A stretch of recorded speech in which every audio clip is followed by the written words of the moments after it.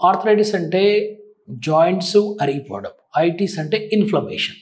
Joint inflammation. Any joint inflammation వస్తే దాన్ని arthritis అంటాం. ఇది మనకి ఎక్కువగా మోకాళ్ళ ఆర్థరైటిస్ ఎక్కువ వస్తుంది. ఆర్థరైటిస్ తెలుగు వర్డ్స్ ఏంటంటే అరిగిపోవడం. మోకాలు అరిగిపోవడం ఎక్కువగా జరుగుతుంది మన ఇండియన్స్కి.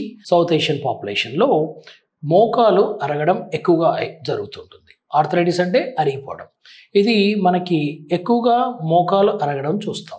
మోకాలు అరిగిపోవడానికి ఆర్థరైటిస్ రావడానికి 2 రకాలైనటువంటి ఆర్థరైటిస్ ఉంటాయండి.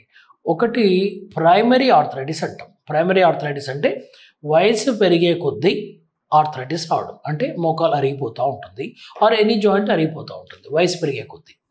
ఇంకోటి సెకండరీ ఆర్థరైటిస్ అంటాం. వాట్ ఈజ్ సెకండరీ ఆర్థరైటిస్ అంటే ఏంటంటే ఏదైనా అండర్లైనింగ్ కాజ్, అంటే కింద పడి ఇంజురీ అవ్వడం, ట్రామాటిక్ అంటాం, పోస్ట్ ట్రామాటిక్, ఆర్ ఇన్ఫెక్షన్ అంటాం, ఇన్ఫెక్షన్ వస్తాయి, or inflammation like rheumatoid arthritis, seronegative arthritis, ankylosing spondylitis లాంటి కొన్ని జబ్బుల వల్ల ఆర్థరైటిస్ వచ్చే అవకాశం ఉంటుంది. కానీ ప్రైమరీ ఆర్థరైటిస్ అనేది ఎక్కువగా కామన్గా ఉంటుంది. ప్రైమరీ ఆర్థరైటిస్ అనేది మోస్ట్ కామన్ అండి. సెకండరీ ఆర్థరైటిస్ కూడా ఇప్పుడు ఎక్కువ అవుతున్నాయి. ఎందుకంటే స్పోర్ట్స్ ఇంజరీ వల్ల, ఇన్ఫెక్షన్ వల్ల, ఇన్ఫ్లమేషన్ వల్ల సెకండరీ ఆర్థరైటిస్ వస్తుంది. అది ఏ విధంగా కనుక్కుంటారు అనేది చాలా మంచి ప్రశ్న. పేషెంట్కి ఎలా ఉంటుందంటే అండి, పెయిన్ ఉంటుంది, స్టిఫ్నెస్ ఉంటుంది, మూమెంట్స్ రిస్ట్రిక్ట్ అవుతాయి, ఎక్కువ దూరం నడవలేరు, మెట్లు ఎక్కడం దిగడం ఇబ్బంది పడతారు, దూరం నడుస్తుంటే పెయిన్ ఎక్కువ వస్తుంటుంది.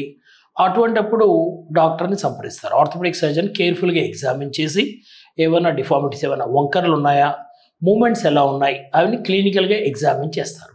ఎగ్జామిన్ చేసిన తర్వాత సింపుల్ ఎక్స్రే ఒకటి తీసుకుంటారు. ఎక్స్రేలో మనకి 90% తెలిసిపోతుంది అది మోకాలు కానీ ఏ జాయింట్ అయినా అరిగిందా, ఆర్థరైటిస్ ఉందా లేదా అని. ప్లస్ దాన్ని బట్టి కొన్ని అడిషనల్ టెస్ట్ చేస్తారు, కొన్ని బ్లడ్ టెస్ట్ చేస్తారు, అవసరమైతే ఎంఆర్ఐ కూడా చేస్తారు. దాన్ని బట్టి డాక్టర్ గారు క్లినికల్గా ఎగ్జామిన్ చేస్తారు. కొన్ని బ్లడ్ టెస్ట్లు, కొన్ని ఎక్స్రేసు, ఎంఆర్ఐ అవసరమైతేనే చేస్తారు. దానివల్ల మనం ఈజీగా ఆర్థరైటిస్ని గుర్తించవచ్చు, డయాగ్నోస్ చేయవచ్చు. ఆర్థరైటిస్ అనేది వచ్చిన తర్వాత ఏ జాయింట్ ఆర్థరైటిస్ ఉంది, అది ఏ స్టేజ్లో ఉంది, దాన్ని బట్టి ట్రీట్మెంట్ ఇస్తారు. ఫస్ట్ స్టెప్ ఏం చేస్తాము అంటే ఫిజియోథెరపీ చేసుకోమంటాం, అంటే strengthening of the muscles. Second step ఏంటి, యాక్టివిటీ మాడిఫికేషన్. ఏ దానివల్ల మీకు నొప్పి వస్తుంది దాన్ని అవాయిడ్ చేయమంటాం. 3 సపోర్ట్ ఇవ్వమంటాం. ఫర్ ఎగ్జాంపుల్ నీ క్యాప్స్ కానీ నీ బ్రేసెస్ కానీ ఇస్తాం. సింపుల్ పెయిన్ కిల్లర్స్తో స్టార్ట్ చేస్తాం. డాక్టర్ గారు ఆ పేషెంట్కి ఏవైతే సూటబుల్ ఉంటాయో అవి సింపుల్ పెయిన్ కిల్లర్స్ ఇస్తాం. సో ఫిజియోథెరపీ, నీ బ్రేసెస్, సింపుల్ పెయిన్ కిల్లర్స్ ఇస్తాం. దాని తర్వాత లావుగా ఉంటే వెయిట్ రిడక్షన్ చేయమని చెప్తాము. యాక్టివిటీస్, కొన్ని యాక్టివిటీస్ని అవాయిడ్ చేయమంటాం, లైక్ స్క్వాటింగ్, కింద కూర్చొని లేయడం, ఇండియన్ టాయిలెటింగ్, మెట్లు ఎక్కడం దిగడం లాంటివి తగ్గించమని చెప్తాం. దీనివల్ల జాయింట్ని ప్రొటెక్ట్ చేసుకోవచ్చు. ఇంకా సివియర్ ఆర్థరైటిస్ ఉండి కంప్లీట్గా అరిగిపోయి వంకర్గా ఉంటే ఈ మందులు పనిచేయవు. అప్పుడు డాక్టర్ గారు కేర్ఫుల్గా ఎగ్జామిన్ చేసి సర్జరీ అవసరమైతే సర్జరీ చేస్తారు. ఏం సర్జరీ చేస్తారు, వెరైటీ ఆఫ్ సర్జరీస్ ఉన్నాయండి. ఒకటేమో జాయింట్ ప్రిజర్వేషన్ సర్జరీస్ అంటాం, కొన్ని జాయింట్ రీప్లేస్మెంట్ సర్జరీస్ అంటాం.